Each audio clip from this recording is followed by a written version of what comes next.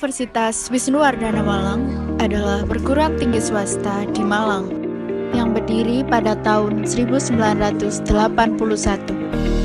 Universitas Wisnuwardana Malang berlokasi di Jalan Terusan Danau Sentani nomor 99 Matiopuro, Kecamatan Kedung Kandang, Kota Malang, Provinsi Jawa Timur. Saat ini, Universitas Wisnuwardana Malang atau yang sering kita kenal UNIDA memiliki akreditasi B dengan 6 fakultas terbaik.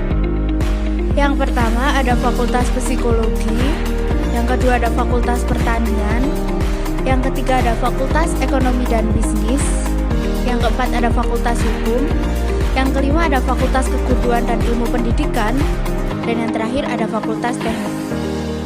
Fakultas Ekonomi dan Bisnis memiliki 2 program studi unggulan. Yang pertama ada program studi manajemen, dan yang kedua ada program studi akuntansi. Di 2 program studi tersebut memiliki potensi yang unggul untuk menciptakan wirausahaan muda yang berkompeten di bidangnya.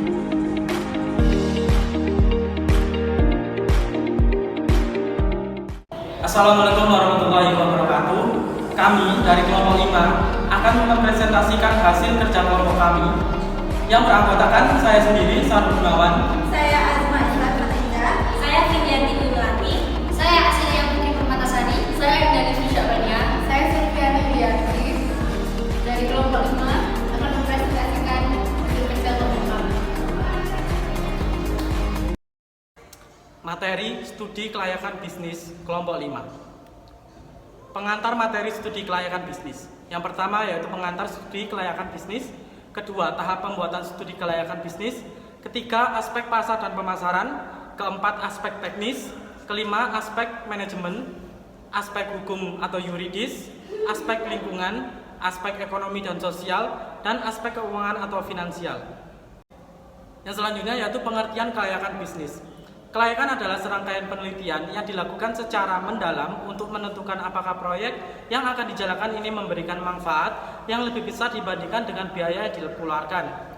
Yang selanjutnya, bisnis atau niaga adalah kegiatan memperjualbelikan barang atau jasa dengan tujuan memperoleh laba. Studi kelayakan bisnis adalah suatu kegiatan yang dilakukan untuk menentukan apakah suatu bisnis kelayakan dijalankan atau tidak. Kegiatan ini meliputi identifikasi masalah, peluang, menentukan tujuan, menggambarkan bagaimana situasi bisnis, dan menilai berbagai manfaat yang dihasilkan. Baik, selanjutnya ada tujuan melakukan studi kelayakan bisnis. Yang pertama, menghindari risiko kerugian, lalu ada memudahkan perencanaan, setelah itu memudahkan pelaksanaan pekerjaan, memudahkan pengawasan, dan yang terakhir memudahkan pengendalian. Selanjutnya ada aspek-aspek penting dalam studi kelayakan bisnis. Yang pertama, aspek pasar dan pemasaran. Yang kedua, aspek teknis. Yang ketiga, aspek manajemen. Yang keempat ada aspek hukum atau yuridis. Yang kelima ada aspek lingkungan, aspek ekonomi dan sosial, dan yang terakhir aspek keuangan serta atau finansial. Tahap-tahap penting dalam studi kelayakan bisnis. Yang pertama, pengumpulan data. Dari pengumpulan data, ada pengolahan data. Selanjutnya ada analisis data. Dari analisis itu, ada pengambilan keputusan. Dari pengambilan keputusan itu akan dilihat, jika tidak layak akan dibatalkan. Lalu ada rekomendasi, dan yang terakhir pelaksanaan usaha. Yang selanjutnya aspek manajemen keuangan investasi jangka panjang. Yang pertama, manajemen keuangan. Manajemen keuangan adalah kegiatan perencanaan, penyimpanan, serta pengendalian dana dan aset yang dimiliki suatu perusahaan. Aspek keuangan memberikan gambaran yang berkaitan dengan keuntungan perusahaan, sehingga merupakan salah satu aspek yang sangat penting untuk diteliti kelayakannya. Selanjutnya, alat-alat ukur untuk menentukan kelayakan suatu usaha berdasarkan kriteria investasi dapat dilakukan melalui pendekatan. Yang pertama ada payback period, yang kedua ada average rate of return atau ARR, yang ketiga ada net present value atau NPV, yang keempat ada internal rate of return atau IRR, yang kelima itu ada profitability index atau PI, yang keenam ada break even point atau BEP. Secara keseluruhan, penilaian dalam aspek keuangan meliputi 1.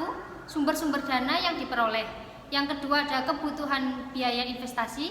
Yang ketiga ada estimasi pendapatan dan biaya investasi, termasuk jenis dan jumlah biaya selama umur investasi. Yang keempat ada proyek neraca dan laporan laba rugi. Yang kelima ada kriteria penilaian investasi. Yang keenam ada rasio keuangan untuk menilai kemampuan perusahaan. Selanjutnya ada aspek manajemen sumber daya manusia. Aspek ini terdiri dari dua bahasa penting, yaitu subaspek manajemen dan subaspek sumber daya manusia. Subaspek manajemen yaitu menekankan pada proses dan tahap-tahap yang harus dilakukan pada proses pembangunan bisnis. Yang kedua aspek SDM menekankan pada ketersediaan dan kesiapan tenaga kerja, baik jenis atau mutu maupun jumlah SDM yang dibutuhkan untuk menjalankan bisnis. Selanjutnya aspek operasional studi kelayakan bisnis. Yang pertama ada aspek hukum atau legalitas. Salah satu aspek yang pasti diteliti ketika studi kelayakan dilakukan adalah aspek hukum atau legalitas. Hal ini menyangkut pada semua hal yang berhubungan dengan legalitas atau ketentuan hukum dalam mendirikan perusahaan. Yang kedua, aspek ekonomi dan budaya. Pada aspek ekonomi dan budaya, studi kelayakan menganalisis dampak yang diakibatkan oleh perusahaan pada kondisi sekitar. Dari sisi budaya, studi kelayakan akan menganalisis bagaimana perusahaan mempengaruhi adat istiadat di daerah sekitar. Yang ketiga ada aspek pasar dan pemasaran. Pasar dan pemasaran merupakan aspek dasar yang diteliti dalam studi kelayakan. Analisis yang dilakukan pada aspek ini akan menjawab pertanyaan apakah produk yang dihasilkan oleh perusahaan memiliki peluang pasar.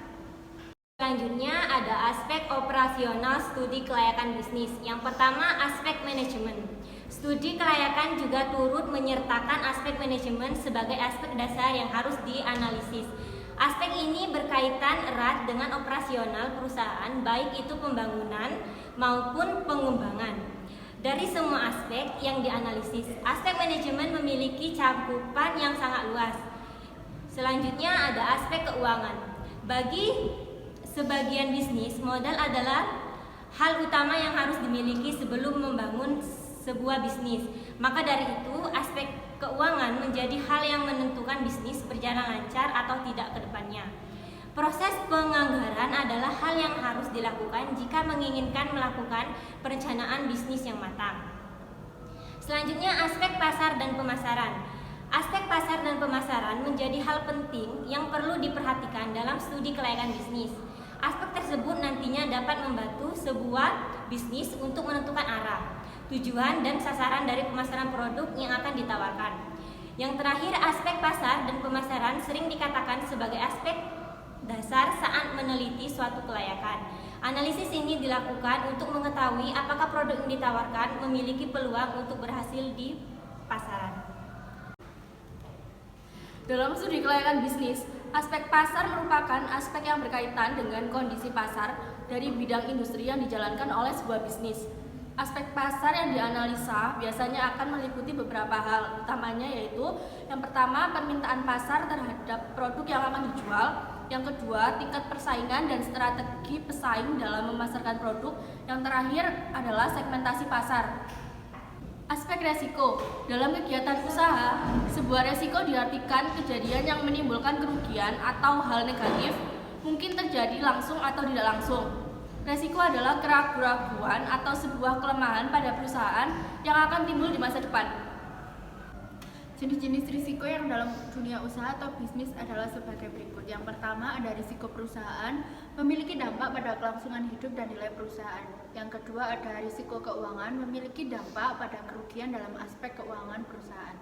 Yang ketiga ada risiko likuiditas terjadi ketika adanya masalah macetnya tagihan dari pelanggan sehingga menyebabkan permasalahan dalam ketersediaan uang tunai dalam perusahaan.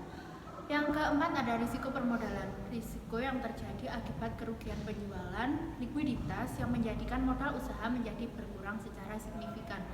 Yang kelima ada risiko pasar, risiko yang menjadi akibat persaingan usaha, gaya hidup pelanggan, dan adanya pesaing baru. Yang keenam ada risiko operasional, Risiko operasional adalah potensi penyimpangan dari hasil yang diinginkan karena tidak sempurnanya penerapan keputusan. Yang ketujuh ada perubahan harga bahan baku. Kenaikan harga bahan baku juga menjadi salah satu jenis risiko yang cukup mempengaruhi terhadap kinerja suatu perusahaan.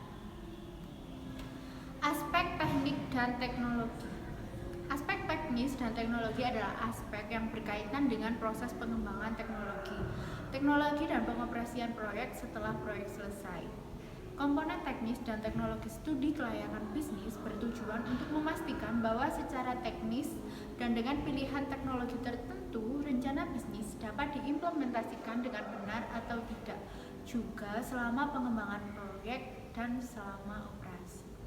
Terima kasih.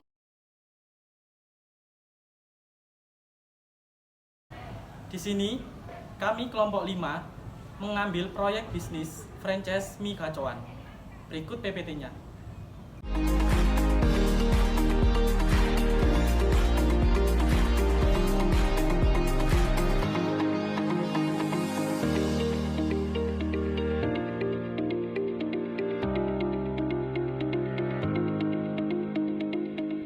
Proyek bisnis franchise mie kacauan. Tentang mie kacauan adalah restoran makanan dari Indonesia. Usaha ini berdiri pada awal tahun 2016 di Malang dan merupakan anak perusahaan PT Pesta Pora Abadi. Pada tahun 2021, mie kacauan mempunyai 54 toko di Indonesia dengan mayoritas cabang berada di Jawa Timur dan Jawa Tengah. Makna logo mie kacauan berdasarkan bentuk dasar lingkaran diambil dari filosofi kemajuan yang terus mencapai dari usaha mie kacauan. Ditambah dengan karakter bentuk yang lebih dinamis yang di dalamnya memberikan kesan bahwa ada percakapan yang akrab menjurus ke topik pembicaraan mie. Visi dan misi. Untuk visi, menjadi merek restoran mie terbaik dan terbesar di Indonesia. Misi, pertama menyediakan produk-produk terbaik dan relevan untuk customer. Kedua, menyediakan tempat bersantap sekaligus ruang berkumpul yang nyaman bagi keluarga dan kerabat. Ketiga, atau yang terakhir, memberikan customer satisfaction yang excellent dengan harga sangat comfortable. Adapun bidang usaha yang dijalankan oleh mie kacauan ialah bentuk produksi atau manufaktur dan jasa. Dari sisi produksi atau manufaktur, mie kacauan mengolah bahan mentah menjadi produk siap konsumsi yang berupa makanan dan minuman. Dari sisi jasa atau pelayanan, mie kacauan memberikan pelayanan yang terbaik dengan mengutamakan kenyamanan pelanggan, baik itu dari sisi makanan atau minuman ataupun desain restoran yang menyejukkan mata. Oleh karena itu, dapat disimpulkan bahwa mie kacauan menerapkan dua bidang usaha. Aspek pasar usaha. Permintaan mie kacauan dengan tingkat yang beragam sedang digemari akhir-akhir ini karena sesuai dengan kegemaran masyarakat Indonesia yang akan makanan pedas dan berbagai kalangan, terutama untuk pelajar, mahasiswa, dan pekerja sebagai pilihan makan siang mereka karena dianggap praktis. Perkembangan permintaan saat ini. Permintaan akan mie kacauan rasa pedas saat ini sudah menjadi sebuah tren bagi anak muda yang suka untuk berwisata kuliner dengan cita rasa pedas. B. Prospek permintaan akan datang. Permintaan akan mie kacauan bercita rasa pedas di masa mendatang akan tetap sama karena mie merupakan salah satu makanan pengganti nasi yang cukup mengenyangkan dan banyak remaja yang suka dengan rasa pedas yang menantang. Selanjutnya ada penawaran. Saat ini telah banyak kedai yang menawarkan mie bercita rasa pedas dengan harga yang kompetitif. Maka sebagai salah satu pelopor mie pedas tetap perlu adanya inovasi dan penguat akan suatu pembeda dari yang lain. Adanya pertumbuhan penduduk dan tren akan makanan pedas menjadi salah satu nilai prospek di masa yang akan datang. Yaitu ada aspek penting. Segmentasi pasar, geografis area kampus Wisnuwardana, demografis semua golongan bisa menikmatinya dengan menyesuaikan tingkat kepedasan. Selanjutnya ada targeting. Target utama mie kacauan karena bersifat praktis yakni para pelajar, mahasiswa dan pekerja yang tidak memiliki banyak waktu istirahat, makan dan memiliki kegemaran akan makanan pedas. Yang terakhir ada aspek pemasaran usaha. Untuk peluang pasar, mie gacoan memiliki potensi yang besar. Hal ini dikarenakan belum adanya usaha mie gacoan yang menjual olahan mie di daerah Wisnuwardana. Banyak usaha yang beredar hanya menjual satu jenis makanan khas saja. Mie gacoan menyediakan banyak menu yang menyajikan berbagai menu olahan mie. Selain itu, cita rasa yang enak dan murah yang dimiliki oleh masyarakat membuat mie gacoan menjadi makanan masyarakat yang suka mengonsumsi si makanan, terutama mie, membuat peluang franchise mie gacoan semakin besar. Selanjutnya analisis pemasaran atau 4P. Yang pertama, produk. Produk yang akan dihasilkan berupa makanan berbahan dasar mie dan minuman dengan menggunakan bahan-bahan yang terpilih. Mie yang akan diproduksi dapat dikatakan sebagai produk yang berkualitas karena bukan hanya mengutamakan kuantitas namun juga kualitas dari hasil yang akan diproduksi. Dengan pemilihan bahan-bahan yang akan digunakan, hal ini akan menjadikan nilai tambah dari hasil produk. Nadel, ada mie angel, mie setan, mie iblis, dimsum, somai, udang rambutan, udang keju, lumpia udang, kaicak, ceker, pangsit goreng. Beverage, ada es genderuwo, es tuyul, es sundel, bolong, es pocong, es kuntilanak, es tea orange, lemon tea, teh tarif, Milo, vanilla latte, mineral. Yang kedua ada harga. Untuk makanan mie gacoan menetapkan harga antara 10.000 hingga 13.000 tergantung tingkat kepedasan dan jenis mie. Untuk minuman mie gacoan menetapkan harga antara 5.000 hingga 9.000 tergantung dengan jenis minuman yang dipesan. Yang ketiga ada promosi. Kegiatan promosi yang dilakukan untuk memperkenalkan produk mie gacoan ini melalui berbagai promosi, yaitu yang pertama online melalui media massa seperti YouTube, website, Instagram, Facebook, Twitter, dan iklan radio. Yang kedua offline melalui penyebaran brosur kepada para pengunjung dan menyebarkan pamflet. Yang ketiga ada promosi acara melalui penawaran-penawaran diskon khusus. Yang keempat ada tempat atau place, lokasi yang berada di tengah kota dan berada di lingkungan kampus sehingga mudah dijangkau transportasi karena berada di tengah kota sehingga tidak ada kendaraan umum yang melintasi kedai, tetapi dapat menggunakan kendaraan pribadi. Fasilitas terdapat photobooth. Aspek keuangan usaha. Rencana penggunaan dana pada usaha mie gacoan ini terdapat penggunaan untuk membeli bahan baku, mesin, dan peralatan bangunan, kendaraan, surat izin usaha, dan lain-lain. Berikut rincian biaya-biaya yang dibutuhkan. Yang pertama, biaya bahan baku. Bahan baku yang dibutuhkan untuk mie gacoan terdiri dari bahan baku utama dan bahan baku pelengkap. Total biaya bahan baku yang dibutuhkan untuk tahun pertama senilai 226 juta rupiah. Berapa jumlah dana yang diperlukan? Bisa dilihat detail rinciannya di sini. Dan untuk bahan bakunya sendiri bisa dilihat di tabel. Total dana yang diperlukan untuk membeli bahan baku jika dihitung itu senilai 15 juta. Dan untuk pembiayaan lain, biaya umumnya adalah biaya usaha terdiri dari listrik, air, iuran sampah yang harus dibayar setiap bulannya.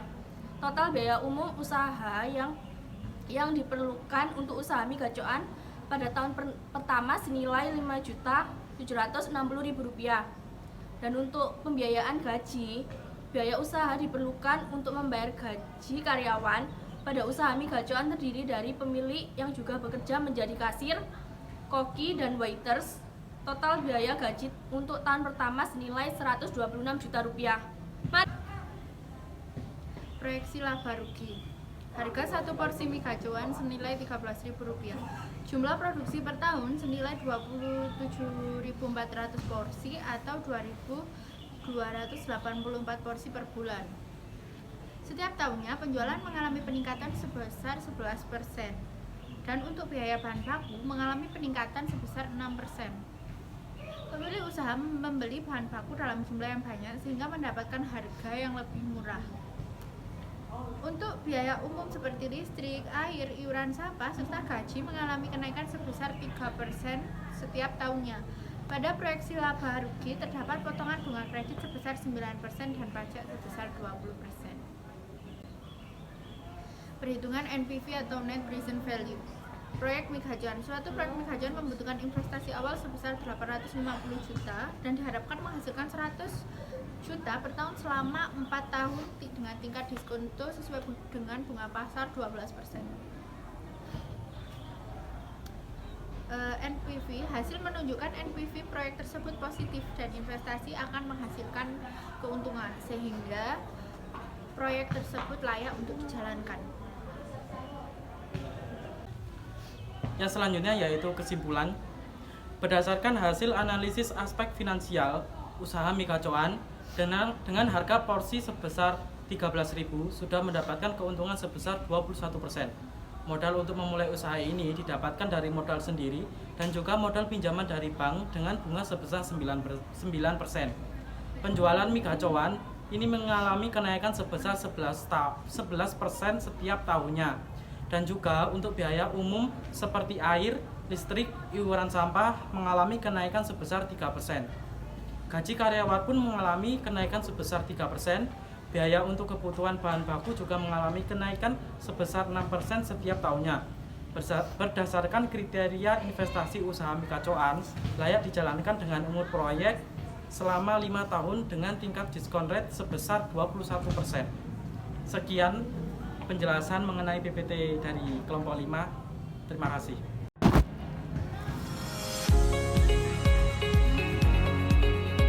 Sekian presentasi dari kelompok kami. Kami ucapkan terima kasih. Wassalamualaikum warahmatullahi wabarakatuh.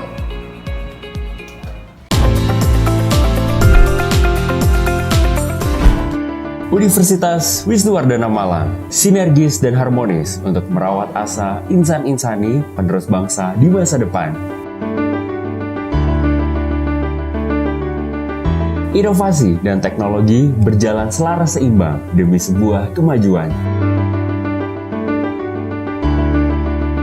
Didaulat sebagai kota pendidikan, Kota Malang bak kawah candra di muka bagi insan muda dalam menampa diri untuk menjadi pribadi yang unggul.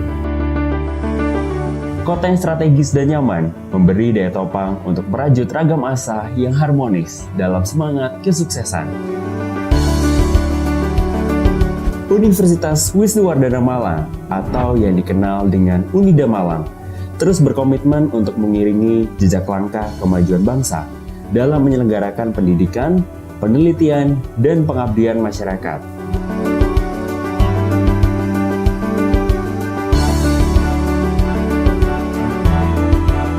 Kampus Unida Malang terletak di Jalan Danau Sentani 99, Sawojajar, Kota Malang. 20 menit sebelah timur dari pusat Kota Malang. 40 tahun Unida Malang telah mengemban semangat sebagai kampus Bhinneka Tunggal Ika. Reputasi Unida Malang sebagai perguruan tinggi yang berkualitas senantiasa menyediakan gerbong lulusan yang berkompetensi sesuai disiplin keilmuannya, berakhlak mulia, profesional, berkomitmen kebangsaan, dan berjiwa pemimpin. Dalam 4 dekade berkiprah, Unida Malang berhasil meraih predikat institusi dengan akreditasi B oleh Ban PT dan akan terus ditingkatkan menjadi 10 besar perguruan tinggi swasta terbaik di Jawa Timur versi Webometrics di tahun 2020, serta sederet prestasi akademik dan non-akademik lainnya. Ditunjang dengan hampir 200 dosen bergelar master, doktor, dan profesor sesuai bidang keilmuannya masing-masing. Unida Malang terus bergerak sinergis dengan ribuan mahasiswa aktif yang tersebar di 6 fakultas, 12 program studi strata 1, dan 2 program studi magister atau strata 2. Fakultas Psikologi, program studi ilmu psikologi, Fakultas Keguruan dan Ilmu Pendidikan, program studi pendidikan matematika, program studi pendidikan Pancasila dan kewarganegaraan, program studi pendidikan bahasa dan sastra Indonesia, Fakultas Hukum, program studi ilmu hukum, Fakultas Ekonomi dan Bisnis,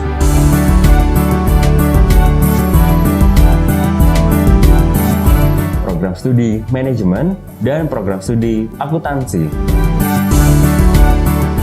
Fakultas Teknik, program studi teknik sipil, program studi teknik elektro, dan program studi teknik industri, Fakultas Pertanian, program studi agroteknologi, dan program studi agribisnis.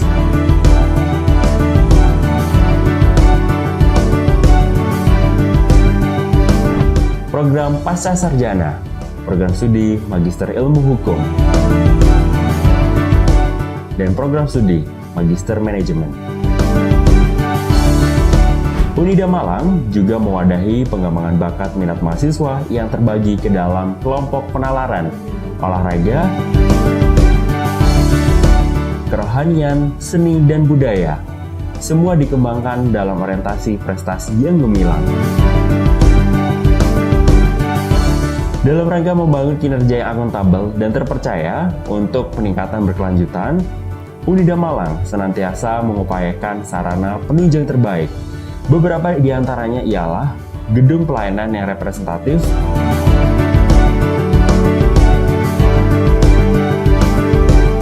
ruang kelas yang mumpuni, laboratorium, student center, perpustakaan, fasilitas olahraga, dan fasilitas penunjang lainnya.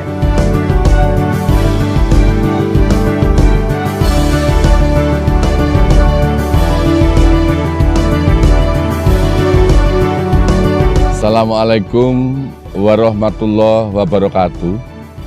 Selamat dan sejahtera untuk kita semua.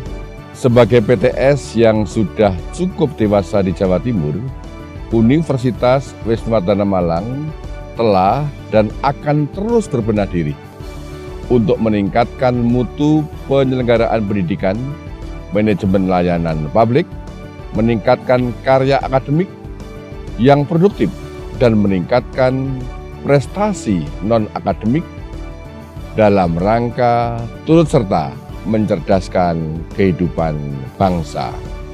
Universitas Wisnuwardana Malang sebagai kampus Bhinneka Tunggal Ika siap berkolaborasi untuk membangun SDM unggul. Terima kasih. Wassalamualaikum warahmatullahi wabarakatuh. Assalamualaikum warahmatullahi wabarakatuh. Saya Dr. Endang Sungkawati, SPD MSI, selaku Dekan Fakultas Ekonomi dan Bisnis Universitas Wisnuwardana Malang. Dalam hal ini ingin memperkenalkan Fakultas Ekonomi dan Bisnis Universitas Wisnuwardana Malang sebagai salah satu universitas di Malang yang merupakan universitas berbhinneka tunggal ika, di mana universitas ini terdiri dari berbagai suku, agama, ras yang terkumpul menjadi satu, di mana salah satu fakultasnya adalah Fakultas Ekonomi dan Bisnis. Visi dari Fakultas Ekonomi dan Bisnis adalah sebagai institusi terkemuka dalam penyelenggaraan pendidikan, penelitian, dan pengabdian masyarakat di bidang ekonomi dan bisnis. Fakultas Ekonomi dan Bisnis Unida memiliki dua program studi, yaitu program studi manajemen dan akuntansi. Keduanya memiliki kompetensi keunggulan dalam bidang manajemen dan akuntansi yang arahnya adalah kewirausahaan dan juga UMKM. Untuk prodi manajemen itu ada 3 konsentrasi, yaitu konsentrasi keuangan, sumber daya manusia, dan pemasaran. Masing-masing mempunyai kelebihan ya, sehingga mahasiswa bisa memilih mana yang diminati agar nanti pada saat mereka lulus mereka mempunyai kemampuan dalam konsentrasi masing-masing, baik itu keuangan, SDM maupun pemasaran. Untuk kegiatan yang ada di Fakultas Ekonomi dan Bisnis itu didukung oleh kegiatan-kegiatan dari MBKM yang mana mengikuti program pemerintah Merdeka Belajar Kampus Merdeka. Semuanya diberi kesempatan, ya, semua mahasiswa diberi kesempatan untuk mengikuti program MBKM. Pada saat ini sudah banyak mahasiswa yang mengikuti, khususnya adalah program kewirausahaan merdeka. Oleh sebab itu, marilah bergabung dengan Fakultas Ekonomi dan Bisnis Unida untuk menuntut ilmu, belajar bersama, dan mandiri untuk profesi kewirausahaan, baik itu di masyarakat, UKM maupun di pemerintahan. Demikian, terima kasih. Assalamualaikum warahmatullahi wabarakatuh.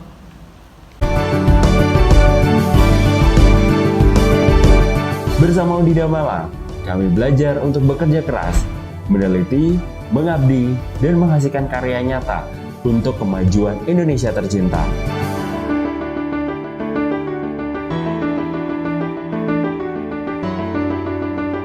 Unida Malang, develop you to be the best.